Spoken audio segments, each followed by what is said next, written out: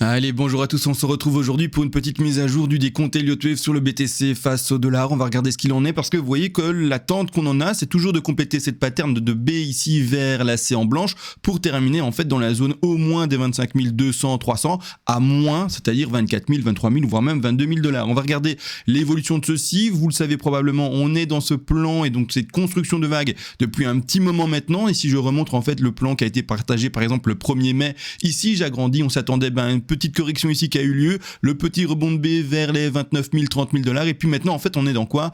On est dans cette C-ci, donc tout a été fait précédemment, on est très content de l'évolution, la A, la B, la C, le top de B en blanc, et par après eh bien, on va chercher la C, exactement ce qui est indiqué tout simplement ici, la B, top de blanc ici, et puis par après la C ici tout simplement, et c'est ce qu'on est en train de décompter. Donc là maintenant on temporise un peu, c'est-à-dire qu'on observe le cours pour pouvoir déterminer exactement dans quelle figure on va être, bien sûr. Est-ce qu'on va être dans une ending diagonale, est-ce qu'on va être dans une impulsive classique ou des choses comme ça pour compléter cette C-ci. D'ailleurs, désolé pour les tout néophytes qui sont en train de se dire waouh, j'ai rien compris, je viens d'arriver sur sa chaîne, j'ai juste rien capté, ending diagonale, impulsive A, B, C, j'ai rien compris du tout. Bon, si tu veux apprendre rapidement, d'accord, eh bien pas plus compliqué, tu peux bien sûr venir sur notre Discord. Alors le Discord, il y a tout dessus. C'est-à-dire que, eh bien, premièrement, il y a mes partages de plans sur l'Ethereum, sur le BTC. Il y a également un forum dans lequel il y a plein d'échanges. Donc ici, c'est un exemple, mais il y a tous les décomptes BTC, il y a tous les décomptes sur le plus petit time frame également. Il y a la discussion autour du BTC. Bref, il y a différentes patterns. Ici, on met en avant une W, par exemple. C'est un membre qui a fait un topic. Bref, c'est un forum. Vous pouvez parler de tout. Il y a des sondages, il y a des documentations pour le trading. Il y a plein de bazar. En plus de ça, il y aura quoi aussi en plus? Des PDF ou bien sûr, eh bien, le PDF que je vends, en fait, depuis maintenant bientôt 4 ans, qui est en fait la théorie sur les Elliott Wave. Donc ici tu pourras apprendre ce que j'explique en vidéo. En plus également pour le moment il y a un PDF sur le money management et il y a d'autres PDF également qui sont amenés à arriver et qui sont en rédaction. En plus de ça c'est pas fini parce que oui il y a des lives bien sûr, c'est-à-dire que je suis 4 fois par semaine en live où eh bien tout simplement eh bien tu auras CMA qui te parle par exemple du BTC, de l'ETH, du dollar index, du S&P 500 et de la paire ETH BTC par exemple. Bref, plein de lives qui ont d'ailleurs leur rediffusion ici, ça on voit même pas l'image mais c'est bel et bien des rediffusions qui devraient ressembler à ceci. Bref, des rediffusions de mes lives 4 fois par semaine,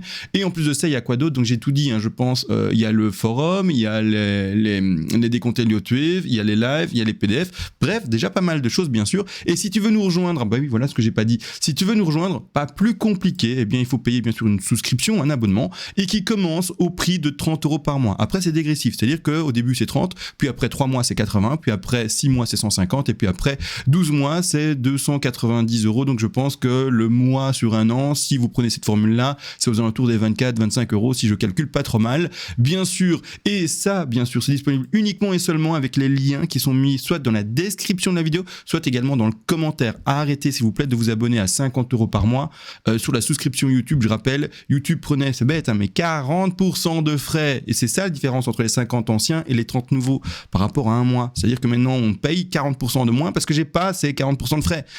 Je n'ai plus qu'1% ou 2, je pense, de frais, quelque chose comme ça. Donc c'est juste tellement mieux de passer par un site alternatif que, je suis désolé, mais YouTube qui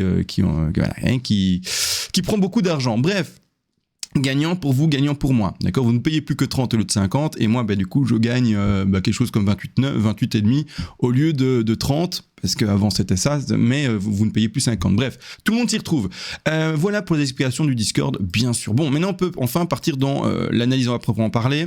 Je peaufine mes petites vagues ici, et ce qu'on aime surtout voir en fait, surtout c'est plaisant, c'est de voir enfin des rebonds ou des retracements qui sont importants, parce que chaque rebond ou chaque retracement important va valider des degrés supérieurs. On sera plus dans du quart d'heure, en train de regarder tout petit décompte, ou même en 5 minutes, en train d'essayer de voir est-ce qu'on a fait une petite 1, une petite 2, une petite 3, une petite 4, une petite 5, etc. Les gros mouvements valident des vagues de plus grande envergure et du coup, eh bien, ça nous réconforte, ça nous avance. Le travail, ça nous mâche même le travail. C'est-à-dire que, regardez bien, pour terminer cette C, il me faut 5 vagues. Alors, je vais les mettre à l'écran. Il me faut 5 vagues. C'est-à-dire que, let's go, j'appuie là-dessus pour qu'on puisse les voir et les visualiser. Elles sont en blanche. Est-ce que je les mettrai pas dans une autre couleur?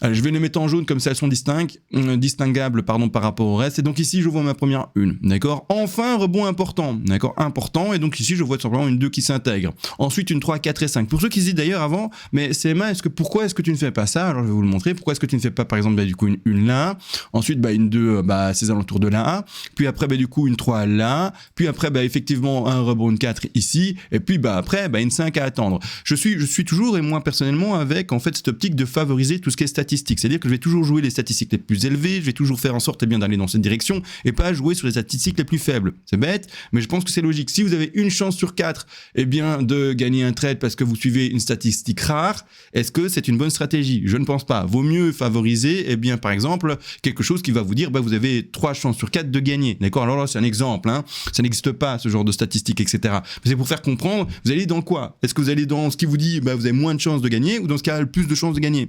C'est un peu ça dans mon décompte. Donc ici, par rapport au décompte, je vais favoriser tout ce qui est statistiquement plus élevé, d'accord, et pas moins élevé. Donc qu'est-ce qui se passe ici?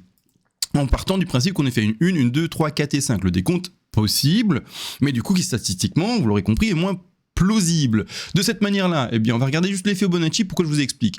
On fait une possible 1, ok. Ensuite, on fait une possible 2, ok. Et là, regardez, la 3 va choper seulement et seulement, les alentours des 123% de Fibonacci. C'est un peu gênant, personnellement, je trouve. Maintenant, c'est dans le cas où on part en impulsive. Si on est en ending, il n'y a pas trop de problème. Malgré tout, également, comme je joue avec les statistiques de plus grande envergure, je dois également faire attention aux degrés supérieurs. Les degrés supérieurs, ce sont lesquels? Ce sont ceux qui sont en rose pâle ici, la 1 et la 2, d'accord? Et ces deux également des statistiques. Et ces statistiques sont de tomber dans cette zone des 25 283 $ plus ou moins. Je vais juste bien remettre, parce que je sais que j'ai manipulé sans faire exprès le rectangle, et donc je l'ai sûrement... Ah ouais, ok. Sûrement déplacé, mais de tellement peu. Ok, bon, il était bien en fait. Ici, et donc c'est-à-dire plus précisément, désolé maintenant, les alentours des 25 342 $, un peu plus bas ici, les fameux 23 957 $. Donc en fait, cette zone statistique par rapport à la 2 est quand même représentée à hauteur de 73% des cas. Dans 73% des cas, la 2 termine là. Elle a moins de probabilité du coup de terminer en haut, et donc avoir fini sa baisse déjà maintenant, ou de serre plus profonde. Dans tous les cas, je l'attends là. Et en ayant cette statistique en tête, bien sûr que je vais favoriser tout ce qui va aller vers là-bas en bas, d'accord? J'ai expliqué en live hier d'ailleurs, parce que hier il n'y avait pas de vidéo publique, il me semble. Non, mais du coup j'ai fait un live tout de même. Je pense que j'ai pas fait de vidéo publique hier. Bref, voilà. Bon, le truc c'est que du coup j'ai expliqué également comment est-ce que ça va se passer si jamais en fait on retrouve pas cette zone d'achat, parce que c'est possible. Hein, comme je dis, il y a 73% de statistiques qu'on termine là, mais on n'est pas obligé d'aller dans ces chances 73. Il reste du coup 27%. On termine pas là. Et si le rebond se fait maintenant, on va rentrer quand en trade du coup? Parce qu'on favorise encore et toujours quand on est dans un marché haussier, finalement position haussière. On va pas favoriser les positions de short dans un marché haussier. D'accord? Attention, je parle au néophyte encore et toujours, parce que je rappelle, un néophyte fera des erreurs de risk management, fera des erreurs d'utilisation des outils. Il va parfois perdre un trade, il saura pas pourquoi. En fait, parce qu'il a utilisé cet outil-là ou cet outil-là qui l'a sorti du trade, il est pas au courant. Bref, en fait, un néophyte a un facteur de perte supplémentaire à quelqu'un qui est expérimenté et qui gère son risque management parfaitement et qui gère également les outils parfaitement. Donc quand je parle à un néophyte, je lui dis essaye pas en plus de ça de te mettre finalement une je trouve pas le mot, quelque chose qui te désavantage, je trouverai pas le mot, bref, un handicap, voilà, un handicap supplémentaire en essayant d'aller dans la contre-tendance, d'accord? C'est-à-dire que la tendance générale, pour le moment, jusqu'à preuve du contraire, elle est haussière, d'accord? Si tu essayes par exemple dans une tendance qui est comme ça, de choper un short, tu comprendras que tu as beaucoup moins de chances de choper un short quand il y a beaucoup de bougies vertes, d'accord? C'est la même chose dans une tendance inverse. Quand tu es dans une tendance baissière, vaut mieux essayer d'ouvrir des shorts plutôt qu'essayer d'ouvrir des longs. Tu auras moins de chances de réussir à ouvrir des longs dans cette position-là. Donc c'est un peu la même logique. Donc là maintenant, je n'invite personne à shorter le marché. Néophyte, tu avances, tu fais ce que tu veux, tu gères ton risque management et tout, tu fais ce que tu veux. Mais il faut savoir ce que vous êtes, néophyte, oui, non, etc. Bref, dans cette configuration-là, juste pour répondre à toutes ces statistiques-là, et surtout en fait celle de la 2, j'ai pas envie de voir une 1, 2, 3, 4, 5 aussi faible. Donc ce que je vais faire, c'est l'étendre en fait, c'est l'étendre expressément. Donc aller partir ici comme ça, sur une à une, seulement juste une, choper une 2 aux alentours de maintenant, aller choper une 3, une 5 plus tard. J'essaie que ça soit un peu sexy, un peu beau à voir ici à l'écran. C'est pas du tout sexy. Allez, on fait un dessin beau et propre, hein, d'accord, voilà.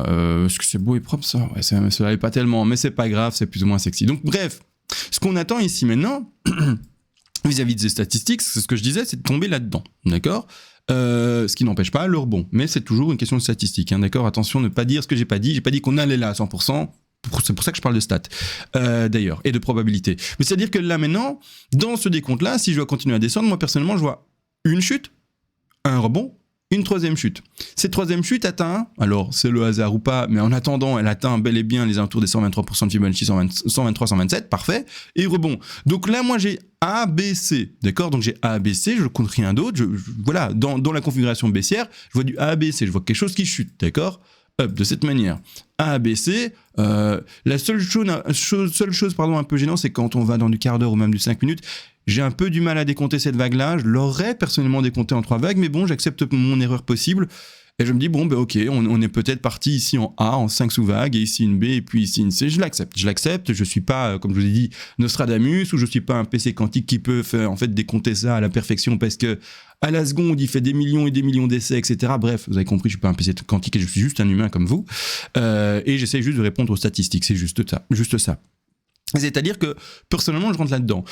En attendant, là, on aurait fait une petite A, une B, et on sera en train de constituer du coup la C, parce que quand on part en ending diagonal, il ne faut que lire finalement du ending diagonal. Et donc, dans du ending diagonal, on voit, et bien surtout du ABC en zigzag. La ABC en zigzag, pas non plus extra sexy. Bon, on part du principe que ça l'est peut-être. D'accord, vous entendez, hein, je suis vraiment en mode recherche actuellement du scénario.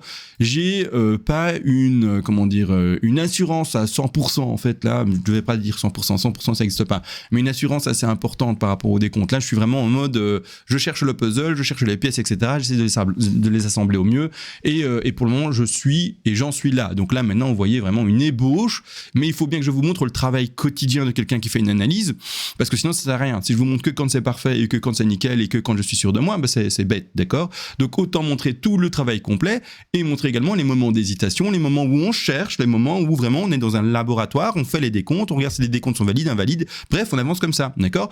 Pour le moment, du coup, c'est non-trade, en tout cas, dans la configuration ici, je ne traderai pas ça, et ensuite, on attendra les positions, comme je vous dis, soit en bas, soit également, je vous expliquerai dans une future vidéo, ça sera ça, parce qu'on est déjà à 11 minutes de vidéo, la future vidéo, ça sera ça. Si ça peut un peu plus haut, comment est-ce qu'on rentre en trade?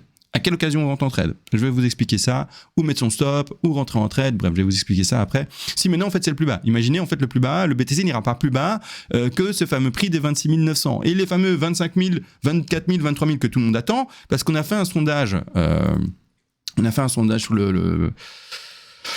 fait un sondage ici, nous. Où sont les sondages? On a fait un sondage, il faut que je remonte.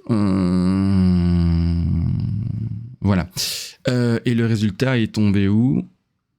Parce qu'il y a des sondages aussi de tout et de rien. Voilà, c'est ce sondage-là que je vous montrais. Question, le BTC rencontrera en premier lieu, alors du coup, les 25K ou les 32K? En sachant que maintenant, les 32K, on les a toujours pas touchés, les 25K, on les a toujours pas touchés. Donc en fait, on est dans la borne de consolidation actuellement.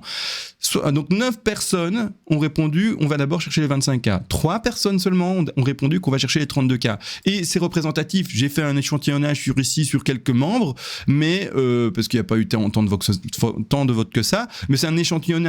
Si vous étiez 100, eh bien, à répondre, on aurait sûrement plus ou moins le même résultat. Et c'est-à-dire que, est-ce que le BTC va pas dans l'autre sens? Est-ce que le BTC ne fait finalement pas tout ce que l'on espère, avec, eh bien, finalement, toute cette contradiction de dire, en fait, non, t'espères quoi? T'espères qu'on aille à 25? On n'ira pas à 25, hein, mon petit gars. On ira à 32, on ira à 33, on ira à 34. Et en fait, on pump. Donc, aussi, ceux qui, eh bien, ont envie de répondre, en fait, maintenant, dire, vous, qu'est-ce que vous pensez, là, maintenant? Dans les commentaires, dites-le, hein, si vous êtes encore là, après 12 minutes de vidéo, 13 minutes de vidéo. Vous voyez d'abord les 25K, ou est-ce que vous voyez le truc déjà pumpé, en fait? Pumpé à 32, 33, 34, peut-être même plus. Qu'est-ce que vous voyez personnellement? D'accord? C'est ça qui est intéressant, c'est de voir finalement la masse, qu'est-ce qu'elle voit aussi. Et se dire, le BTC, souvent c'est bête, hein, mais il fait le contraire de la masse. Donc c'est intéressant de voir également votre retour qui n'est pas sur le Discord pour répondre au sondage, et voir finalement la globalité des gens, avec peut-être plus de participation que le sondage qui n'a eu que une douzaine de personnes qui ont voté. À ce moment-là, et bien voir clairement un échantillonnage plus grand, mais à mon avis, ça sera le même résultat quasiment. Hein. Donc ici, pour répondre du coup avec notre élaboration, etc., et que je vous ai dit que j'allais faire expliquer comment rentrer en trade si c'était maintenant le bottom en daily, bien sûr, on parle pas du bottom à 3000 $ d'il y a quelques années, ou du bottom à 100 et quelques dollars d'il y a beaucoup plus d'années, on parle du bottom de ce qu'on a devant les yeux, d'accord? Donc le bottom ici potentiellement aux alentours des 26 000, 27 000 $. Si ça c'est le bottom de la pattern et qu'on allait pumper, j'expliquerai dans une prochaine vidéo, et bien comment est-ce qu'on va rentrer dans le trade. Malgré tout, on attend toujours là-bas en bas, c'est les stats et points barres, pas d'émotionnel, pas de waouh, petite bougie sympa, allez on va to the moon, rien de tout ça, on continue à descendre avec le cours et à suivre les stats. Donc ici, A, B, c'est pas du tout sexy. Dans sa configuration, on a déjà atteint maintenant d'ailleurs les 161,8% de Fibonacci. Donc ici, ok. Bon, normalement, il y aurait normalement un tout petit frein assez intéressant, voire même pas un tout petit, mais un frein assez intéressant, parce qu'on est déjà sur les 168, excusez-moi. Je sais pas pourquoi j'ai dit tout petit, j'en sais rien. Bref, on y est, et donc maintenant, on va regarder ensemble tout simplement l'évolution de ça. On va regarder l'évolution de ça, et si ça écrase tant mieux, c'est nickel. On va chercher le bas de 3, 4 et 5. Même chose pour le décompte de la 3, même chose pour le décompte de la 4, même chose pour le décompte de la 5, c'est du ABC zigzag. Vous n'allez pas décompter autre chose. Donc vous allez décompter du A, du B et puis du C. La même chose pour le rebond ici, la même chose pour la chute là. Donc vous réimaginez, petit exercice mental, j'ai dessiné une A, B, C aussi là et une A, B, C aussi là. D'accord? Donc c'est ce que j'attends pour la suite, bien sûr, du décompte. Je pense que du coup j'ai tout dit. Une petite mise à jour, finalement de la continuité du décompte que j'en ai. Je pars en ending diagonale avec quelque chose qui peut continuer, bien sûr. Et du coup, c'est vrai que c'est sexy. Je trouve que la A, puis la B et puis la C, si on va vraiment sur cet élan baissier, si on devait vraiment suivre ce plan-là, c'est beau. C'est beau, ça serait nickel, ça serait une belle consolidation de B, puis enfin le vrai break vers le bas. Et alors, du coup, le temps de développement de la A et de la C serait vraiment très, très cohérent, très harmonieux, je trouve. Et ensuite, trouver la zone statistique parfaite. Maintenant, encore une fois, si on n'y va pas, on n'y va pas, et je vous expliquerai dans la vidéo prochaine comment rentrer dans le trade haussier, bien sûr par rapport aux futures vagues qui seront devant nos yeux. Sur ce les gars, plein de bisous, on se retrouve à la prochaine, et sur ce, ciao.